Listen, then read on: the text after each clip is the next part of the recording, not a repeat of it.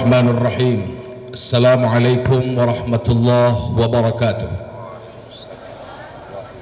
Yang mulia Tuan Guru Babus Salam Langkat beserta seluruh tamu undangan, para hadirin wal hadirat yang berbahagia. Sejarah singkat Tuan Guru Babus Salam Langkat. Abdul Wahab Rokan atau dikenal dengan sebutan Syekh Abdul Wahab Rokan Al-Khalidi Naqsyabandi adalah seorang ulama ahli fikih, seorang sufi, mursyid dan sekaligus pemuka tarekat Naqsyabandiyah yang telah berjasa besar bagi pengembangan tarekat Naqsyabandiyah ini. Beliau juga dikenal dengan panggilan Tuan Guru Babus Salam. Asal usulnya, Syekh Abdul Wahab Rokan dilahirkan dan dibesarkan di kalangan keluarga bangsawan yang taat beragama, berpendidikan dan sangat dihormati. Ia lahir pada tanggal 19 Rabiul Akhir 1230 Hijriah, 28 September 1811 Miladiah di Kampung Danau Runda, Rantau bin Wang Sakti, Kecamatan Kepenuhan, Kabupaten Rokan Hilir, dan diberi nama Abu Qasim.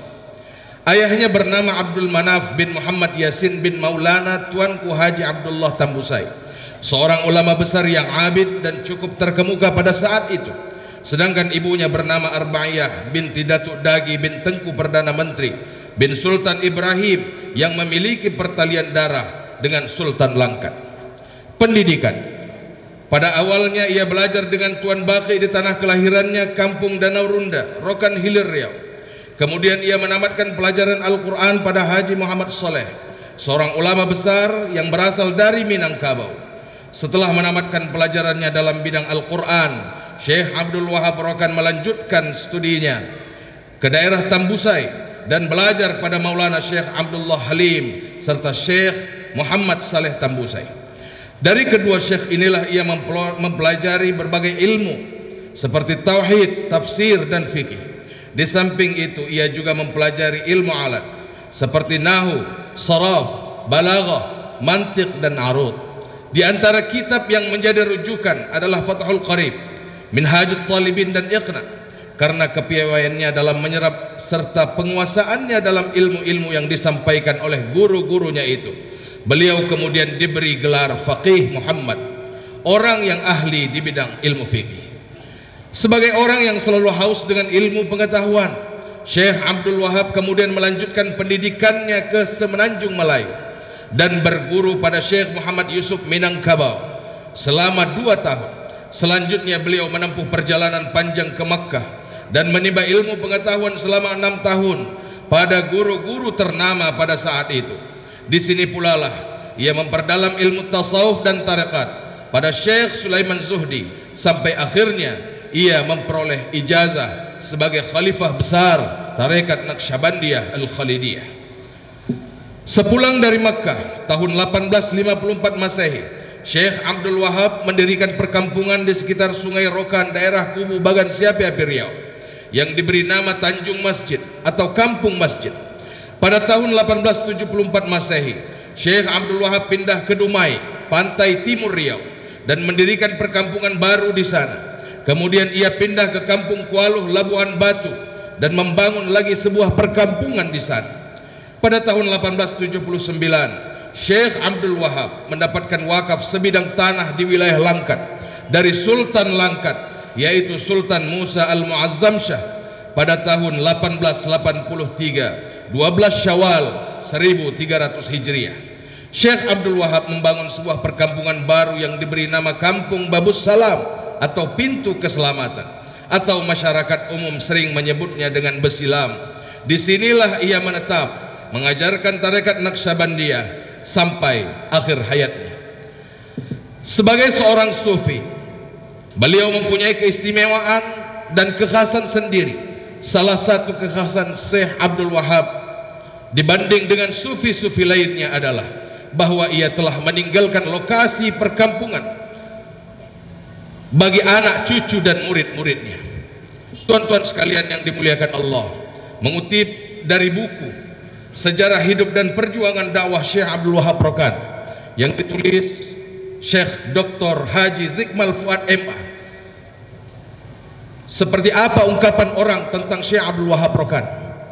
Martin van Brunissen mengatakan Syekh Abdul Wahab Rokan adalah seorang Syekh Melayu yang hanya sendirian saja mempunyai pengaruh di kawasan Sumatera dan Melayu sebanding dengan apa yang dicapai para Syekh Minangkabau seluruhnya.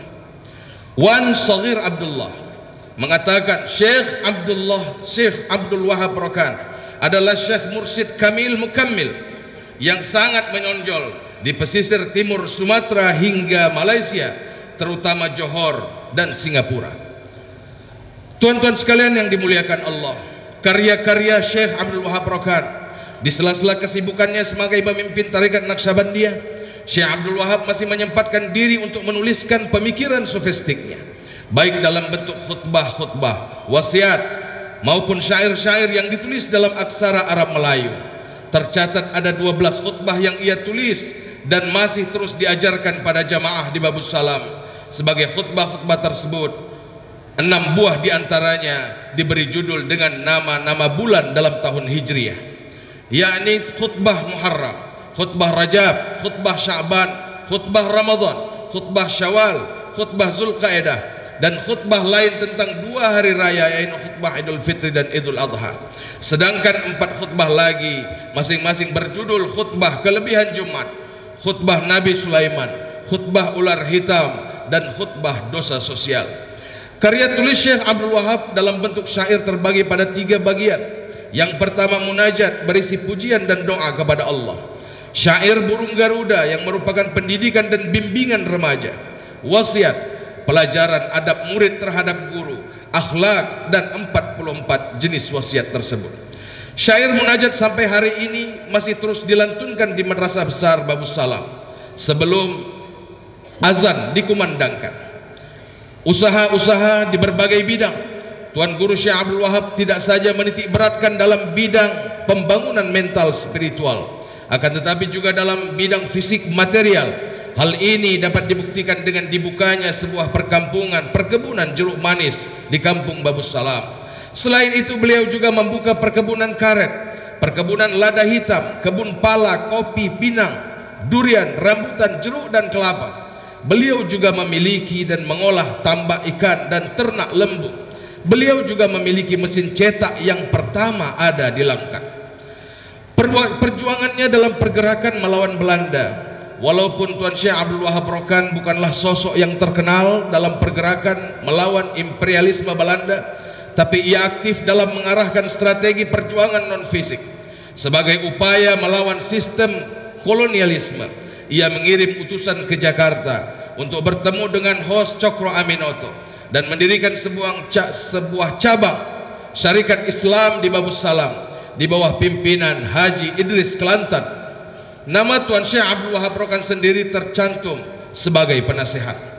Beliau juga pernah ikut terlibat langsung dalam peperangan melawan Belanda di Aceh pada tahun 1308 Hijriah.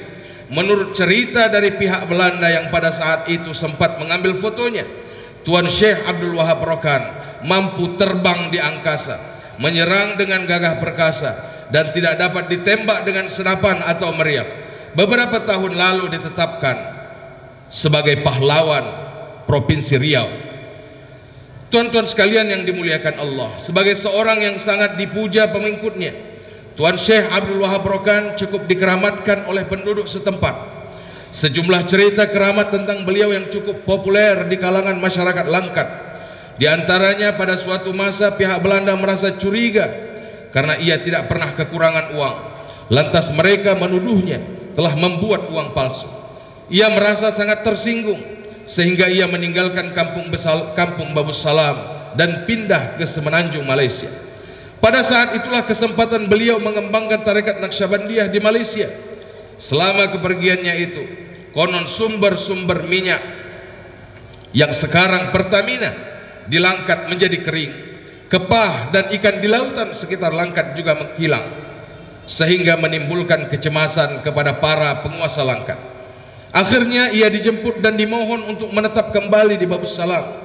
Setelah itu sumber minyak pun mengalir dan ikan-ikan bertambah banyak di lautan. Kaum buruh dan nelayan senang sekali. Syekh Abdul Wahab Rokan wafat pada usia 115 tahun pada tanggal 21 Jumadil Awal 1345 Hijriah atau 27 Desember 1926 Miladiah. Sesudah beliau wafat, banyak orang yang berziarah dan bernazar bertepatan dengan hari wafat Tuan Guru Syekh Abdul Wahab Rokan. Diadakan acara haul pada tanggal 21 Jumadil Awal setiap tahunnya. Saat inilah datang ribuan murid dan peziarah dari seluruh pelosok Asia dan Indonesia ke Babus Salam. Peziarah datang ke sini selain untuk mengikuti acara zikir bersama di makam Tuan Guru, juga bersilaturahmi dengan penerus Tuan Guru Babus Salam. Di saat inilah kampung Babus Salam yang biasanya teduh dan tenang mendadak menjadi sibuk karena datangnya ratusan bus dan mobil membawa ribuan wisatawan, khalifah dan peziarah. Selain terdapat makam beliau, di kampung ini juga merupakan pusat penyebaran tarekat Naqsyabandiyah Babus Salam yang sekarang ini dipimpin oleh Tuan Guru Syekh Dr. Haji Zikmal Fuad MA yang dilantik pada tanggal 28 Februari tahun 2020 di Majlis Tawajjuh Syekh Abdul Wahab Rokan, dan Tuan Guru Syekh Dr. Haji Zikmal Fuad adalah Tuan Guru yang ke-13. Demikian sejarah singkat Tuan Guru Babus Salam Langkat ini. Semoga Allah Subhanahu wa taala senantiasa meridhai kita semua. Terima kasih. Billahi taufiq wal hidayah. Wassalamualaikum warahmatullahi wabarakatuh.